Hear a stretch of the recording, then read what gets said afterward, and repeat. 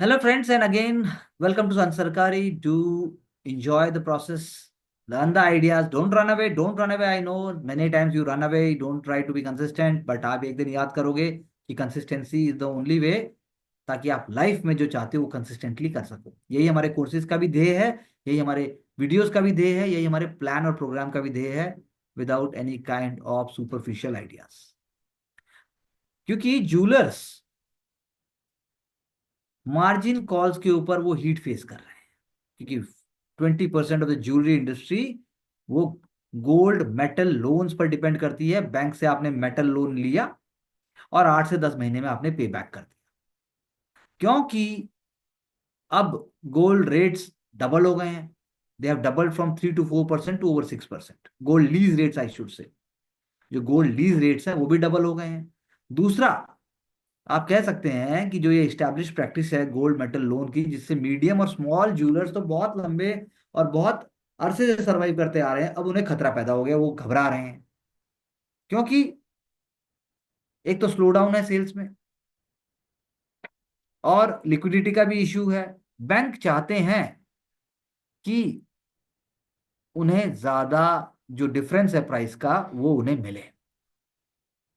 Demand अभी less है और जैसे मैंने कहा लीज रेट्स बढ़ गए, तो हाई लीजिंग रेट्स से जो ज्वेलर्स के मार्जिन है वो और कम हो जाएंगे। लार्ज जो चेन स्टोर्स हैं, ऑर्गेनाइज ज्वेलर्स हैं, वो तो लीज गोल्ड पे अपने स्टॉक्स के लिए अपने डिपेंड करते हैं। अब बैंक्स जो है वो अगर ये चाहेंगे कि जो प्राइस डिफरेंस है जब आपने लोन लिया था और जो प्राइस बाद में हो गया, उसका डिफरेंस जो होगा वो आप हमें दीजिए, तो इससे उनकी प्रॉफिटेबिलिटी पे भी फर्क आएगा। तो ये कुछ बात है। जब क्वेश्चन आता है मेंस में कि कैसे कोई इंडस्ट्री स्पेसिफिक अगर आप 2 लाइन लिखते हैं तो वहां पर आप ये बात आप जरूर मेंशन कर सकते हैं कि कैसे हेजिंग या फिर रीनिगोशिएटिंग लीज टर्म्स या फिर आप अपनी इन्वेंट्री को ऑप्टिमाइज करो, ये चीजें आप कैसे हैंडल करोगे। अदरवाइज बिजनेस जो है वो धीरे धीरे नुकसान की तरफ बढ़ रहा है। चीजें थोड़ी सी हेजी हैं, इस बात को सोचना पड़ेगा। लेकिन इसी के ही अगर मैं रिवर्स में बात करूं, तमिलनाडु ने कैसे अपने आप को नॉन लेदर फुटवेयर में जायंट बना लिया है। तमिलनाडु ने ताइवान शू मेकर्स को भी वू कर लिया है, specially in its south districts. Tamil Nadu is becoming a model in non leather footwears, giving lot of confidence to local population in terms of employment, in terms of dignity, in terms of respect, and उससे local economy के साथ साथ पूरे राज्य में और ऊपर से ऑब्वियसली इंडिया की अगर मैं बात करूं तो उसके मैन्युफैक्चरिंग में उसका हेफ्ट बढ़ता है। सारे के सारे डिस्ट्रिक्ट्स तो बेनिफिट एक साथ नहीं हो सकते, जैसे इलेक्ट्रॉनिक्स भी वहां आ रहा है, ऑटोमोबाइल भी आ रहा है, टेक्सटाइल्स आ रहा है, मैन्युफैक्चरिंग आ रहा है। लेकिन state government is trying to diversify its landscape, जैसा मैंने आपसे बोला। इलेक्ट्रिक व्हीकल्स के लिए भी अभी और स्कोप है। और जो कॉन्ट्रैक्चुअल पॉलिसीज हैं तमिलनाडु की, दे आर अट्रैक्टिव। इसे ही ईज ऑफ डूइंग बिजनेस अगर होगा तो और ज्यादा प्रमोट होगा। तो इसीलिए Tamil Nadu is becoming a key global player. Nike, Puma, Crocs, Adidas इन सबको सप्लाई कर रहे हैं। So that means what we can say, जो मेमोरेंडम ऑफ अंडरस्टैंडिंग है बाय द तमिलनाडु गवर्नमेंट और its industrial corporation, it is showing lot of positive outlook. और सबसे बड़ी बात यह है कि उसके लिए पॉलिटिकल स्टेबिलिटी चाहिए। उसके लिए जो मैन्युफैक्चरिंग लोकेशंस हैं वो बहुत अच्छी चाहिए। पॉलिसी मेकर्स और एंटरप्रेन्योर्स जो हैं वो सेटिस्फाई होने चाहिए। और पावर से लेकर और एक्सेसिबिलिटी से लेकर सारी चीज़ें होनी चाहिए। So that is why government is providing complete scope.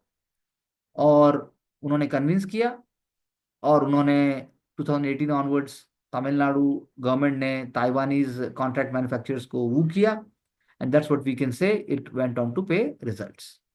So delegation visited, policy was formed, आपने लैंड ऑफर किया, आपने सब्सिडीज ऑफर की, आपने टेलर मेड प्रोग्राम्स ऑफर किए ईच इन्वेस्टर को। so that has really paid, so it is like examination also।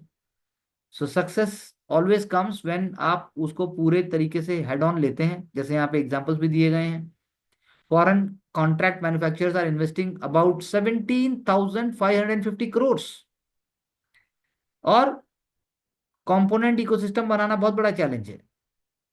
Non leather footwear के अंदर जो स्पेशलिटी है, केमिकल्स हैं, टेक्निकल टेक्सटाइल्स और बकल्स हैं, ये अभी इंपोर्ट हो रहे हैं, हमें इसको करना पड़ेगा, तब हम समझ सकते हैं कि हम राइट ट्रैक के ऊपर बहुत आगे आ गए। जैसे आप देखिए, तो wage cost in India is lower, the wage cost in India is lower as compare to East Indian economies. आप देखिए, तो वेज पर आवर चाइना में कितनी है और इंडिया में कितनी है, that is the one of the points. And that is why we still have demographic and other kind of advantages, नहीं तो वो भी चला जाएगा। So this is an example, this is a case study. आप तमिलनाडु नॉन सिंथेटिक फुटवेयर, मतलब non leather footwear model कह सकते हो, या तमिलनाडु सिंथेटिक फुटवेयर मॉडल कह सकते हो। लेकिन अभी हमने चर्चा की थी कि कैसे सिंथेटिक प्लास्टिक या किसी भी तरह का ऐसा कंपोनेंट क्या डिग्रेडेबल है, माइक्रोप्लास्टिक का क्या होगा। तो भैया पैराडॉक्स, पैराडॉक्स है, और हमें साथ में काम करना पड़ेगा। दूसरा पैराडॉक्स एआई वॉशिंग का आ गया। ग्रीन वॉशिंग पे तो यूपीएससी पूछ ही चुका है, अब एआई वॉशिंग क्या होगा। एआई वॉशिंग में मैं एक ही लाइन बोलूंगा, inflating artificial intelligence credentials to attract funding. कि भाई मशीन नॉर्मल उसको काम करना चाहिए था, रूल बेस्ड काम करना चाहिए था, लेकिन आप उसको मशीन लर्निंग बताकर आपने बड़ा फंडिंग को हाथ में ले लिया।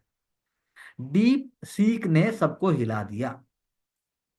Okay, so rule based system is not actual machine learning capability या AI powered chatbot pitch is a manually programmed response with no real natural language processing और लर्निंग मैकेनिज्म। तो ये अपने आप में बहुत इंपॉर्टेंट है समझना। और प्रॉब्लम कई जगह आ रही है। मार्केटिंग और सॉफ्टवेयर ये क्लेम करते हैं कि एआई यूज कर रहे हैं, प्रिडिक्टिव एनालिटिक्स यूज कर रहे हैं, वो एआई मतलब प्रिडिक्टिव एनालिटिक्स के लिए एआई यूज कर रहे हैं। लेकिन वो क्या कर रहे हैं, वो प्री सेट फॉर्मूला यूज कर रहे हैं ताकि ट्रेंड्स को डिटेक्ट कर सके। Simple rule based decision making is not AI. या फिर आप कह सकते हैं कि ऑटोमेटिक कलर करेक्शन जो है वो होनी चाहिए, लेकिन अगर प्री सेट फिल्टर्स हैं तो वो आप एआई नहीं कह सकते। तो इसीलिए आप कह सकते हैं कि इस ओर भी अब वेस्टर्न वर्ल्ड और इंडिया, तो ऑब्वियसली इंडिया का मिशन है, ध्यान दे रहा है, बाकी देखने वाली बात। अभी हमने बात की लेदर की। पहले हमने बात की कि जो इंटेलिजेंस अवार्ड्स मिले हैं, जो एक्सीलेंस अवार्ड्स इन जर्नलिज्म, उसमें हमने कितनी चीजों की बात की। हमने वहां पर हमने जश प्योर मॉडल देखा, उससे पहले हमने एक बार रोटी का मॉडल देखा था, उससे पहले हमने जो है बैम्बू की कल्टीवेशन की बात की थी। तो एमएसएमई के लोन भी अंडर डिजिटल मॉडल में भी हाइक टू 10 crores। तो ये प्रीलिम्स के लिए इंपॉर्टेंट है, आपको लिमिट्स पता होनी चाहिए। Public sector banks, they have been urged to extend loans up to 10 crore through the newly launch digital footprint based credit assessment model. 25 lakh से 5 करोड़ हो जाएगा, और ऐसे करके पूरी चीजें चेंज हुई है, माइक्रो के लिए भी, मीडियम के लिए भी, एंड स्मॉल एंटरप्राइजेस के लिए भी। यही हमारा रास्ता है। आरबीआई जो है वो और फाइनेंशियल इंफॉर्मेशन के साथ आएगा, ताकि ज्यादा रॉबस्ट और ज्यादा फुल प्रूफ और ज्यादा अकाउंटेबिलिटी के साथ हम क्रेडिट गैप को कम कर सकें और देश की इकोनॉमी को बढ़ा सकें। अभी अभी हमने बात की थी तमिलनाडु मॉडल की। अब एक पीएलआई स्कीम की जब हम बात करते हैं, अगर वो डिजाइन कैपेसिटी और कंपोनेंट मेकिंग में हम नॉन लेदर क्वालिटी फुटवेयर में बढ़ाने की बात कर रहे हैं, तो उससे 2.2 मिलियन पर्सन को एम्प्लॉयमेंट मिलने की उम्मीद है। साथ में 4 लाख करोड़ का एक्सपोर्ट आएगा। और 2020 से हम देख रहे हैं कि ये स्कीम आने के बाद की बात है। तो पीएलआई लेदर और फुटवेयर सेक्टर में अगर वो आ जाती है, तमिलनाडु जैसे भी हमने बात की, और क्या इंपैक्ट आएगा और क्या चेंज आएगा, ये आपको सोचना पड़ेगा। एक और कीवर्ड यहाँ पर Indian footwear and leather development programme. ये आपको डीपीआईआईटी का जो प्रोग्राम है, department for promotion of industrial and internal trade, ये आपको एग्जैक्टली पता होना चाहिए। यहाँ ये है और आपने लिख भी दिया। मेक इन इंडिया ब्रांड की बात तो है ही। तो प्रोजेक्ट्स इंप्लीमेंट हो रहे हैं, आइडियाज नए आ रहे हैं। जैसे अगर हम यहाँ बात करें, तो नेशनल फाइनेंशियल रिपोर्टिंग अथॉरिटी जो फंक्शन, जिसकी इसकी फंक्शनिंग को बिग फाइव ऑडिट फर्म्स जो हैं वो उसको चैलेंज कर रहे हैं। ऑडिट फर्म्स कहते हैं कि वो सेपरेट होना चाहिए। इन्वेस्टिगेशन और डिसिप्लिनरी प्रोसीडिंग्स अगर हैं तो उन दोनों के सेपरेट डिविजन होने चाहिए। NFRA says law doesn't डिलिनेट separation of probe and disciplinary powers. उन्हें लगता है कॉन्फ्लिक्ट ऑफ इंटरेस्ट होगा या उन्हें लगता है हमारे इंटरेस्ट हम। सुप्रीम कोर्ट अगले हफ्ते इसको सुनने के लिए तैयार हो गए हैं। तो regulations like NFRA must maintain a fine balance. वो ऑडिटर्स को अकाउंटेबल तो करें, लेकिन अनबायस्ड और कंप्लायंस के थ्रू होना चाहिए। अब यही तो बात है, ट्रांसपेरेंसी और अकाउंटेबिलिटी आएगी तो चीजें बदलेंगी। न्यूट्रलिटी और इम्पार्शियलिटी तो होनी ही चाहिए। So the question is that India when moving further towards from developing tag to the, अगर हम मिडिल लेवल, अगर हम अपर मिडिल लेवल कंट्री बनने जा रहे हैं और हम चाहते हैं कि हम सस्टेनेबल तरीके से चीजों को आगे ला सकें, तो एक गुड रेगुलेटर का रोल तो है ही है, और वो हमारे लिए बहुत इंपॉर्टेंट है।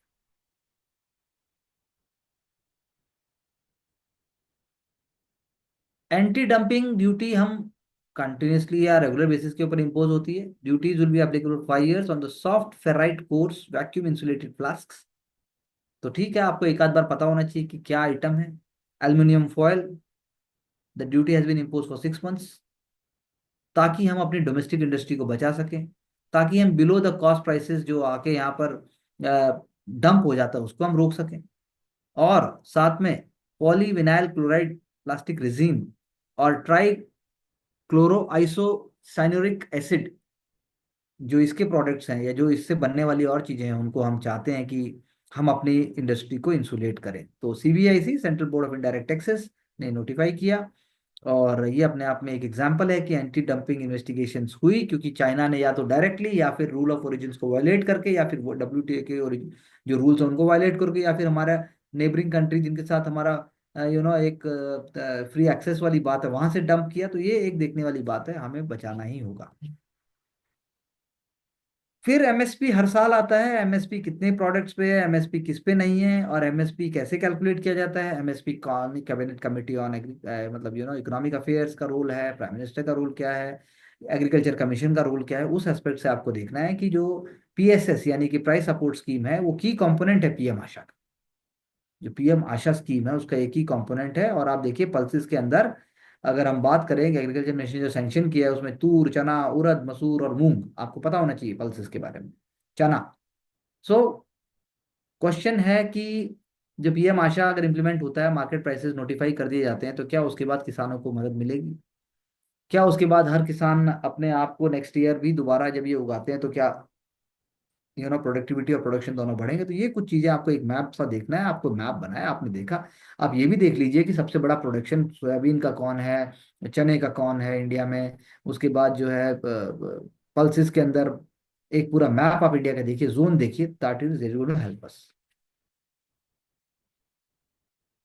एक तरफ हम नॉन हम चाहते हैं कि हम एंटी डंपिंग ड्यूटी लगाकर अपने आप को सेफ गार्ड करें। दूसरी तरफ देखिए, इंडिया चाह रहा है कि US टैरिफ्स के मद्देनजर हम नॉन ट्रेड बैरियर्स को कुछ रिलैक्स करके चाइनीज FDI को आने दें।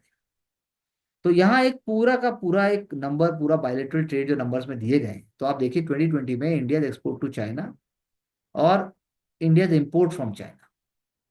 और आप 2024 में देखिए, इंडिया एक्सपोर्ट टू चाइना कम हुआ और इंडिया इम्पोर्ट फ्रॉम चाइना तकरीबन, अभी तक की बात है ये, मतलब जनवरी टू जुलाई का दिया, पूरे साल का नहीं है, तो I think it is increased actually every year. So embassy of India in Beijing and department of commerce, ministry of commerce and industry, वो इसको देख रहे हैं। तो क्वेश्चन यही है कि भाई, हमें जो लूमिंग ट्रेड हमारे ऊपर टैरिफ्स है उसको देखते हुए हमें उसको डाइल्यूट करने के लिए, उसको न्यूट्रलाइज करने के लिए कुछ तो हमें low hanging fruit economic outcomes हमें देखने पड़ेंगे। तो चाइनीज ऐप्स हम अलाउ कर सकते हैं, फ्लाइट्स कर सकते हैं, और चाइनीज स्कॉलर्स को हम वीज़ा दे सकते हैं। ये बातें हो रही हैं, इससे FDI में इम्पैक्ट आएगा। और political considerations are very important. Political से मेरे कहने का मतलब है without compromising on the border and all kind of outstanding issues. Political का मतलब है पॉलिटिकल पार्टीज के व्यू पॉइंट से ज्यादा भारत का जो असली भविष्य, जो असली उसको मदद मिल सकती है, उस एंगल से हमें देश के लिए सोचना। लेकिन वही बात है, in it is not just India, but China is also too. China is also keen to restoring trade ties with India, but then we want our outstanding disputes to be resolved. फिर एक और example यहाँ पर आ गया economy में, जब आप बात करते हैं ऑयल की, तो चाहे रशियन ऑयल इंपोर्ट हमारा राइस पे है, बिल्कुल सही बात है। रशियन इंपोर्ट जो है पहले से ही हमारा बिल्कुल उसकी की अवेलेबिलिटी है, और साथ साथ में रशियन इंपोर्ट पूरे वर्ल्ड ने, जब यूरोप ने खासकर शन किया, तब से हम उसको ले रहे हैं। तो आपको उसका रूट देखना होगा। आपको उसको ये देखना होगा इंडिया में ओएनजीसी या बाकी जो कंपनीज हैं वो कैसे, प्रोसेस कैसे पूरा चल रहा है और हम कैसे एक्सपोर्ट कर रहे हैं। अब इंडिया मर्केंडाइज एक्सपोर्ट क्या टैरिफ वॉल के जाल में फंस चुका है? अगर हम ऐसा सोचेंगे तो हमें पता चलेगा कि ग्रोथ कितना हुआ। तो क्वेश्चन यही है कि एक्सपोर्ट डिक्लाइन क्यों हो रहे हैं। वही टैरिफ वॉर्स की बात है, कमोडिटी और मेटल प्राइसेस में डिक्लाइन हो रहा है, वॉलेटिलिटी है करेंसीज में। और पेट्रोलियम और जेम और ज्वेलरी सेक्टर जो है वो हमारे लिए quarter of exports they are, they are the part of it. Iron, steel, copper, zinc ये भी हैं, लेकिन सब डिक्लाइन की तरफ जा रहे हैं। मर्केंडाइज एक्सपोर्ट जो है वो बहुत अच्छे से लास्ट ईयर ग्रो नहीं हुआ 2024 में, तो वो भी एक हमारे लिए इशू है। इलेक्ट्रॉनिक्स, ऑटो कंपोनेंट्स और मशीनरी अच्छा कर रहे हैं। Devices, plastic, medical devices, plastics, inorganic chemicals, pharma, apple, meat products, tea, coffee, spices and certain agriculture products, ये जो है अच्छी इन्होंने ग्रोथ की। और चाहे फिर आप यूएस की बात करो, यूरोप की बात करो, चाहे ईस्ट एशिया की बात करो, सब जगह हुई। तो better performance of service exports, वो एक हमारे लिए प्लस पॉइंट रहा, क्योंकि हमारे पास कॉम्पिटेटिव एज है। और हमारी सर्विस एक्सपोर्ट्स जो है वो बढ़ रहे हैं। तो टैरिफ इम्पैक्ट डालेगा definitely. WTO has already revised it's growth forecast for 2025, लेकिन हमने जैसे भी ऊपर भी बात की, हम वो देख रहे हैं। और क्या हमारे एक्सपोर्ट्स 2 ट्रिलियन पहुंच जाएंगे 2030 तक? ये एक क्वेश्चन है। ये प्रीलिम्स में तो नहीं पूछा जा सकता, लेकिन इंटरव्यू में आपसे पूछा जा सकता है, मेंस में आप लिख भी सकते हो कि भाई इतना हो जाएगा। तो हम कह सकते हैं कि 2 ट्रिलियन जो है वो, उसको 16% प्लस ग्रोथ, एनुअल ग्रोथ चाहिए। बहुत चैलेंजिंग है, लेकिन रीच है, शायद पॉसिबल है। पीएलआई और एसोसिएट सेक्टर से हम ऐसा कर सकते हैं, ऐसा आप कह सकते हैं। ट्रेड एग्रीमेंट स्ट्रेटजीज भी इसमें इंपॉर्टेंट रोल प्ले करेंगे। क्या स्मार्टफोन्स हमारे किड्स को वाकई स्मार्ट बनाते हैं? तो ये बहुत मुश्किल और बहुत ही पेचीदा क्वेश्चन है। फोन इंपॉर्टेंट है, लेकिन स्कूल में इंपॉर्टेंट नहीं है। स्वीडन का एग्जांपल है यहाँ पे, उन्होंने फिजिकल टेक्स्ट बुक स्कूल में दे दिया था, जबकि उन्होंने डिजिटल ओनली अप्रोच रखा था 2009 से। तो टेक्स्ट बुक का कोई सब्स्टिट्यूट नहीं है, लेकिन हाँ, एज ग्रुप मैटर करता है। एक 17 साल का हम जैसे कर रहे हैं, वो पूरा हमारा डिजिटल है, लेकिन हमारा पर्सपेक्टिव, हमारा सोच, हमारा कल्चर, हमारा सोशल होराइजन बहुत मैटर करता है। आपका माइंडसेट, आपका कमिटमेंट मैटर करता है, जो बच्चे के केस में हम नहीं कह सकते। तो फ्री नहीं होना चाहिए। और UNESCO global education monitoring report ने कहा है, technology including should only be used in the classroom when it is demonstrating that learning outcomes आ रहे हैं। एक्सेसिव स्मार्टफोन यूज करने से स्टूडेंट डिस्ट्रैक्ट होते हैं और उनके एकेडमिक परफॉर्मेंसेस नेगेटिवली इम्पैक्ट होती हैं। ये बात बिल्कुल सच है। तो रूलिंग ये नहीं है कि भाई आप खूब यूज करो, स्ट्रक्चर तरीके से होना चाहिए, मिस इंटरप्रेट नहीं करना है उसको, यही एक सोचने की बात है। Lack of private risk capital. Private risk capital यानी जो कैपिटल में रिस्क है, थर्मल वेंचर्स के अंदर वो कैपिटल नहीं आ रहा है। अभी हमने बात की थी कि कैसे थर्मल पिछले एक डिकेड के अंदर जो उसको पुश मिलना चाहिए था ग्रोथ का, वो नहीं हुआ, उतना इम्पैक्ट नहीं हुआ। उसमें सेंट्रल इलेक्ट्रिसिटी रेगुलेटरी अथॉरिटी और बाकी बॉडीज का भी रोल है। प्लांट लोड फैक्टर तो पूरे पीक पे चल ही रहा है, लेकिन प्राइवेट रिस्क, जो जो मतलब lack of private risk capital, या जिसे कह रहे हैं कि हम वो अगर आ जाए तो शायद हम थर्मल सेक्टर के स्ट्रेस को, पावर सेक्टर के स्ट्रेस को हम थोड़ा कम कर पाए। तो क्वेश्चन वही है कि ये तो अब हर सेक्टर के लिए है। ये अपने आप में बहुत ही बड़ा एक विषय है। रिन्यूएबल एनर्जी के स्टोरेज, अभी हमने पढ़ा था कि वो इतना नहीं है। वायबिलिटी गैप फंडिंग से भी हमें फायदा उतना नहीं हुआ है। Rooftop and floating solar planets जो है प्रमोट तो कर रहे हैं, और डिसेंट्रलाइज हम रिन्यूएबल एनर्जी सोर्सेज को भी प्रमोट कर रहे हैं, लेकिन उससे हमारी नीड पूरी नहीं हुई है। तो इसीलिए जो डोमेस्टिक कोल सप्लाईज है उसको एक्सलेट करने के साथ साथ हम तो टेक्नोलॉजी और ओपन मार्केट सेल्स, सारी चीज़ों की बात कर रहे हैं। Plant load factor of thermal power plants, अब उनको भी मैक्सिमम हम चला रहे हैं, लेकिन फिर भी हमें और चाहिए, और चाहिए, और हमें लगातार चाहिए। हमें गैस बेस्ड कैपेसिटी अगर हमारी है, और अगर हमें और बढ़ती है, तो हमें थोड़ी सस्ती चाहिए, क्योंकि renewable energy is accounting only for the fifth of the total supply, 20% ही। तो ट्रांजिशन बहुत इंपॉर्टेंट है। और इसीलिए गवर्नमेंट ने जब अपना टारगेट रखा है to double the capacity in the entire electricity value chain by 2030, तो इससे मैसिव इन्वेस्टमेंट कहाँ से आएगा? तो रिस्क जो कैपिटल है वो लार्जली जो है हम रिन्यूएबल एनर्जी में देखते हैं, और साथ में ट्रांसमिशन सेक्टर में भी देखते हैं। और जो सबसे बड़ी बात है, जो ट्रांसमिशन कंपनीज हैं, स्टेट ओन कंपनीज मैं कहूँगा, हर जगह इलेक्ट्रिसिटी पूरी तरीके से डेवलप्ड होकर एक फाइनेंशियली मेस से बाहर नहीं आ पाई है, क्योंकि फाइनेंशियल लेस लॉस इतना ज़्यादा है, उससे इन्वेस्टर्स को कॉन्फिडेंस नहीं आता। That is why we can say ये एक साइकिल है जो चलती रहती है। हमें इसके लिए रेवड़ी की तरह, या या ना सिर्फ पुअर पीपल या फिर हमें वोट सेंट्रिक अप्रोच से काम नहीं करना होगा, हमें एक ब्रॉड वेलफेयर अप्रोच लेके चलना पड़ेगा। वही जो हमने ऊपर अभी बात की, हमारे एक्सपोर्ट का क्या होगा, चाइना के साथ हम क्या कर रहे हैं, हम एल्युमिनियम के लिए क्या कर रहे हैं, हम तो एंटी डंपिंग ड्यूटी भी लगा रहे हैं, हम non non leather synthetic footwear को भी प्रमोट कर रहे हैं, हम उसके बाद इलेक्ट्रिसिटी की बात भी कर रहे हैं, तो नेचुरली इंडिया का ट्रेड मोमेंटम स्ट्रांग ही होगा। यूएनसीटीएडी का नाम आ सकता है, उसकी रिपोर्ट का नाम आ सकता है, और आपको पता होना चाहिए इंडिया का टोटल ट्रेड में कितना शेयर है, इंडिया का वर्ल्ड ट्रेड में शेयर कितना है, इंडिया का एक्सपोर्ट कितना है, इंडिया का इंपोर्ट कितना है, और आपको एक दो रिपोर्ट्स और आपको लोकेशन, ये सारी चीज पता होनी चाहिए। फिर वही बात, हम एक तरफ बात करते हैं कि हमने हायर एजुकेशन पे इतनी बात की, हमने नॉलेज इकोनॉमी की बात की, हमने एआई की भी बात की, तो अगर फार्मासिस्ट हेल्थ सेक्टर में और एक्सेसिबिलिटी के नाम के ऊपर डबल गेम खेल जाएंगे, यानी फेक एंट्री हो जाएंगी, और आधार इनेबल्ड बायोमेट्रिक अटेंडेंस सिस्टम को आप प्रॉपरली कंप्लाई नहीं करोगे, और आप जो करने वाले भी हैं, जो चेकिंग होती है कि कॉलेज चल रहा है और उसके बाद चीज़ें हो रही हैं, उसमें भी अगर आप ब्राइबरी या वेस्टेड इंटरेस्ट से काम करेंगे, तो नेचुरली ऐसे प्रॉब्लम्स आएंगे ही आएंगे। तो बी फार्मा, डी फार्मा, क्योंकि हमारे यहाँ फार्मेसी के अराउंड 5,700 इंस्टीट्यूशन हैं, अबाउट अबाउट मैं कह रहा हूँ, और 2,858 जो है वो डिग्री कोर्सेज दे रहे हैं। तो ये बहुत बड़ा नंबर है, बहुत बड़ा गेम है, नौकरी सबको चाहिए, लेकिन आप क्या ऐसे नौकरी लेंगे, ये सोचने का विषय है। Data loss prevention, DLP, vendor lock in, inter influencing, हम सॉरी, इन्फ्लुएंसिंग और कंपोजिबल आर्किटेक्चर, ये सारे कीवर्ड्स हैं। कंपोजिबल आर्किटेक्चर, डेटा लॉस प्रिवेंशन, ये सारे कीवर्ड अगर हम मान लीजिए यूपीएससी का एग्जामिनेशन आप देते हैं और आपसे इंटरव्यू में पूछा जाता है, तो आपसे कुछ कीवर्ड पूछे हैं, तो वहाँ इनका रोल आ सकता है, अदरवाइज ये प्रीलिम्स में आने के इनके कोई चांसेस नहीं है। और एआई के लिए अगर इन्फ्लुएंसिंग की बात करते हैं, तो उसके अंदर यही है कि मॉडल जो है वो ट्रेन नॉलेज का यूज करता है और उससे प्रिडिक्ट करता है कि क्या एनालिसिस हो सकता है। बाकी आप पढ़ सकते हैं, पढ़िए, और डाउट होता है तो you can ask. Train delays, obviously हमने क्राउड मैनेजमेंट के विषय में पहले भी बात की है, हमने बात की कि कैसे महाकुंभ के समय में बहुत ही दुखद ट्रेजेडी हुई थी, लेकिन अब हमने उन चीज़ों को हैंडल करने के लिए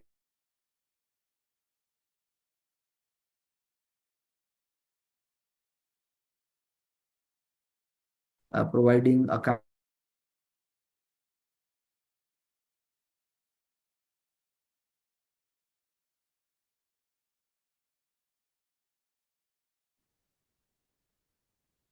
तो what I would say, and I would suggest you quickly take a deep breath है, और आप चार ऐसे पॉइंट बोलिए जो क्राउड मैनेजमेंट के अंदर चाहिए, बस। वरना ऐसे केस स्टडीज तो यहाँ पर हैं, बाकी वो हरि बाबा था, उसके बाद कई बार हमने टेम्पल्स का देखा है, कई बार महाकुंभ पे कुछ टेम्पल हुआ था। So the point is that they are very very important, but यहाँ पर आपको प्रोटोकॉल के हिसाब से अगर आपको चार पॉइंट माइंड में आते हैं, तो our job is done, you can discuss. CJI Khanna is setting an example, और उन्होंने जस्टिस वर्मा केस में जो नो इंस्टीट्यूशनल ट्रांसपेरेंसी के लिए उन्होंने ऐसा किया, और उन्होंने एलिगेशंस को पब्लिक भी बना दिया, और ये अपने आप में बहुत पॉजिटिव बात है। लेकिन इन हाउस इंक्वायरी जब पूरी हो जाती है और लॉ इन्फोर्समेंट एजेंसीज भी जब स्टेप इन कर देती हैं, तो आप देख सकते हैं कि जो फेथ है Supreme Court and its institutional values में, वो बना रहेगा। तो it is an ongoing process, and हम कह सकते हैं कि Supreme Court will definitely take up the steps जो कि फेथ को इंटैक्ट रखेंगे। इट इज़ अ टेस्ट कि जब अपना बंदा वहां पर अगर गड़बड़ मिलता है, तो आप कैसे उसको हैंडल करते हैं formally and Fairlie. So it is not just about an individual judge; it is about the independence of judiciary that is anchoring, that is anchoring what I should say, पूरा का पूरा कॉन्स्टिट्यूशन या systems of checks and balance.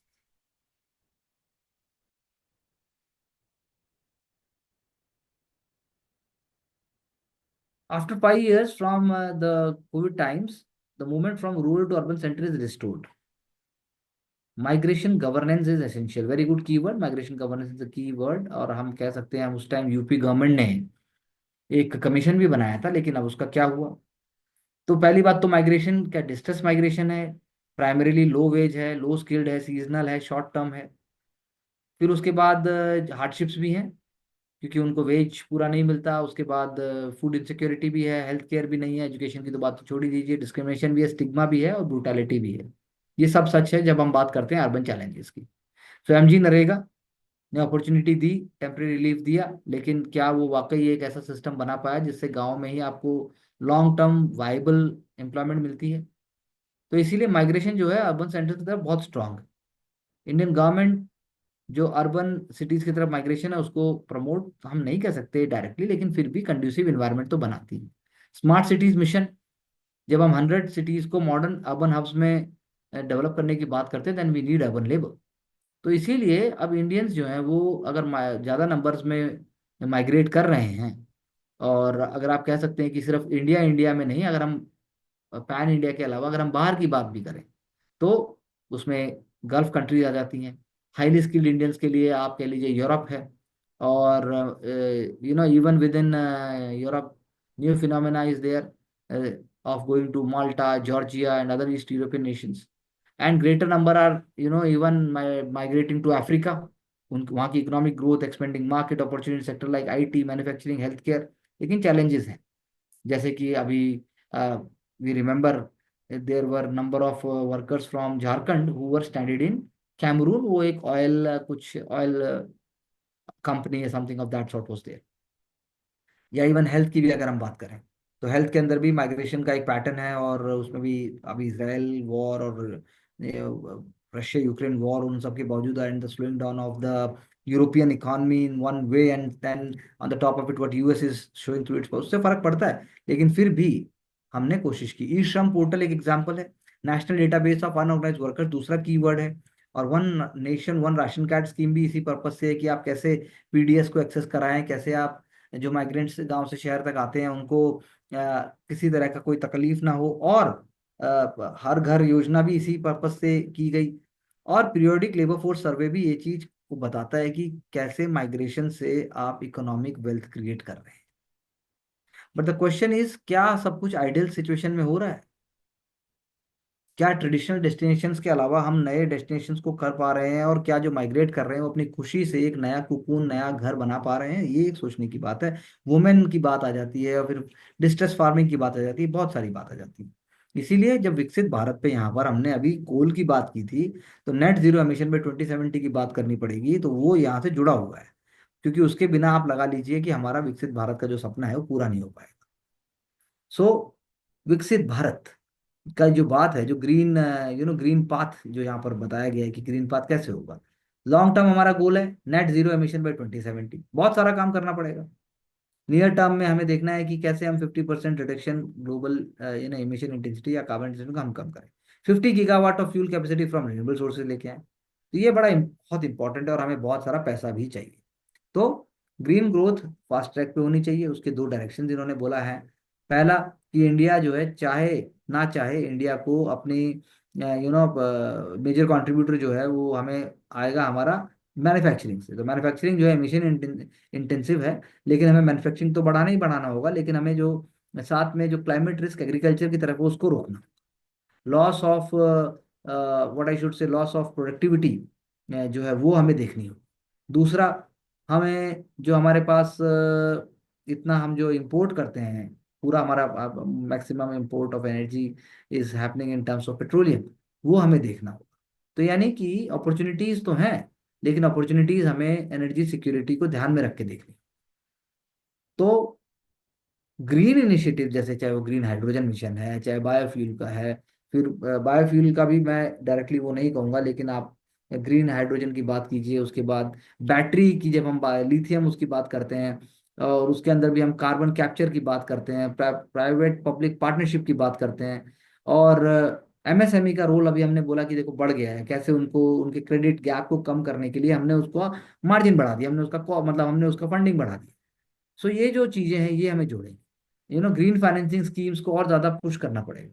Some sectors जहाँ पर slow down ज्यादा है वहां हमें देखना पड़ेगा। तो क्वेश्चन यही है, जो अभी हमने ऊपर लेदर इंडस्ट्री मतलब नॉन लेदर सेक्टर की बात की, फिर हम मैन्युफैक्चरिंग की बात कर रहे हैं, फिर हम आईटी, फिर हम सर्विसेज को एक्सपोर्ट करने की बात कर रहे हैं, तो हवा में नहीं होगा। ग्रीन हाइड्रोजन है या ग्रिड मॉडर्नाइजेशन तो हमारा जब काम आएगा जब हमारे पास पूरा ग्रिड जुड़ चुका होगा।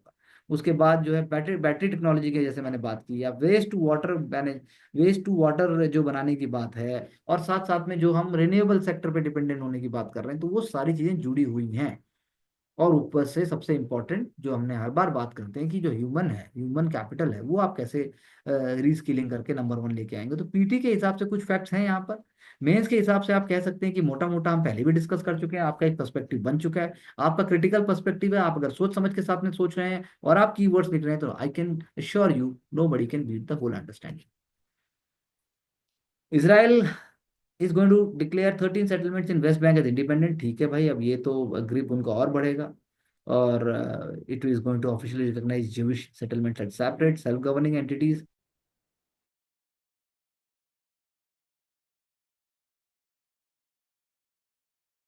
Israel is strengthening its control और ऑक्यूपाइड टेरिटरीज।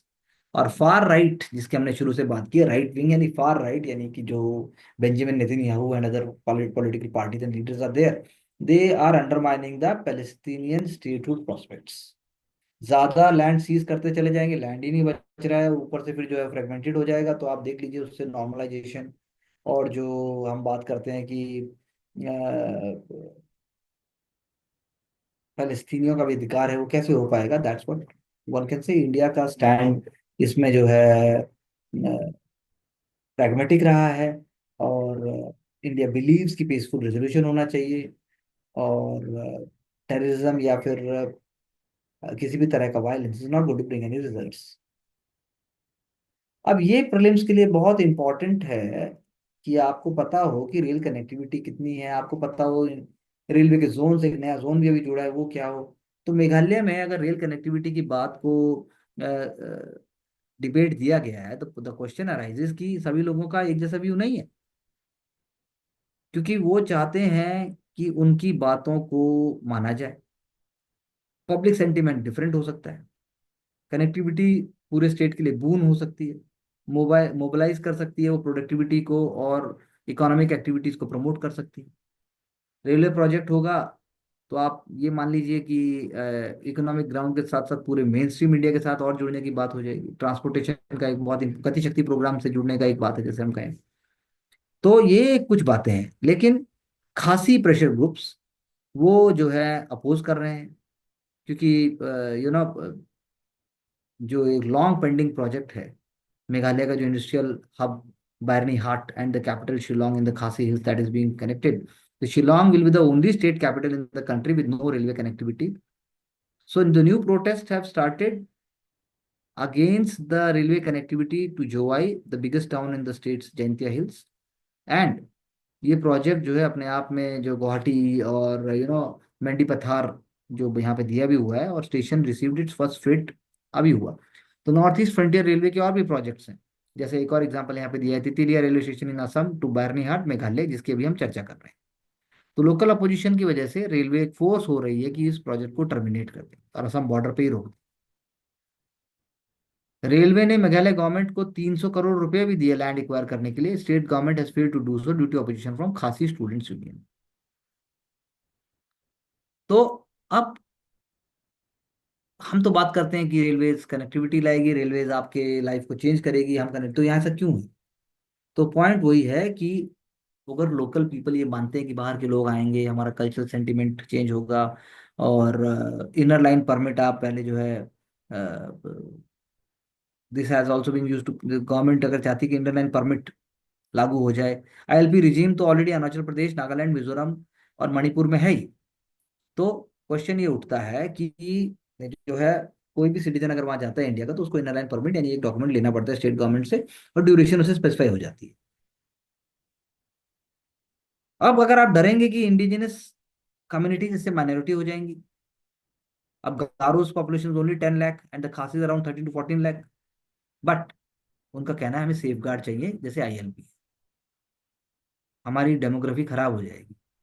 बाई रोड तो limited people can come, railways में तो पता नहीं कितने लोग आ जाएंगे, मास स्केल पे आ जाएंगे। तो that is how the point is. तो it is a good example. आप फेडरल सिस्टम में आप इसको कैसे देखते हैं, आप स्टेट सेंट्रल रिलेशनशिप में कैसे देखते हैं, आप विकसित भारत बनने की बात करते हैं। तो विकसित क्या है, कैसे है, कौन है, ये आम आदमी और जो वहाँ का लोकल नागरिक और जो गांव का निवासी है वो डिसाइड करेगा। सिर्फ सेंटर हर केस में डिसाइड नहीं कर सकता। So with this idea we wind up this session. Do like, subscribe and share our channel, and do make notes and do write your own answers from our different sources which I have given to you. and join our courses if you want to get success. Thank you very much.